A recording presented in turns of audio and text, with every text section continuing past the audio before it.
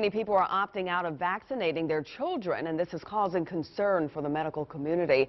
And while it is up to the parent, WDSU medical editor Dr. Corey Hebert goes over some numbers that show vaccinations are in our favor.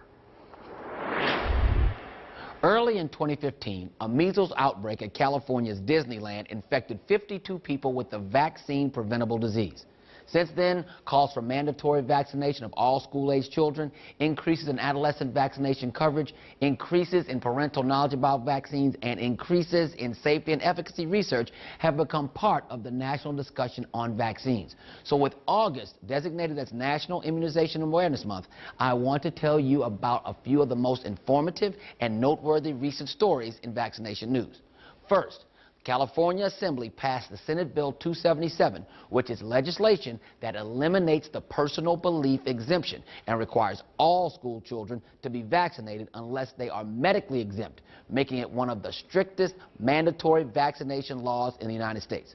As a group, I think that folks understand that the decisions made about children's health care are deeply personal and should respect the fundamental right to make medical decisions as a family.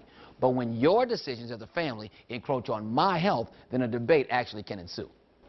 Number two, adolescent Tdap, which protects against pertussis and tetanus, meningitis, and HPV vaccination coverage increased in the United States from 2013 to 2014, although HPV vaccination coverage remains comparatively low, according to a recent report in the MMWR.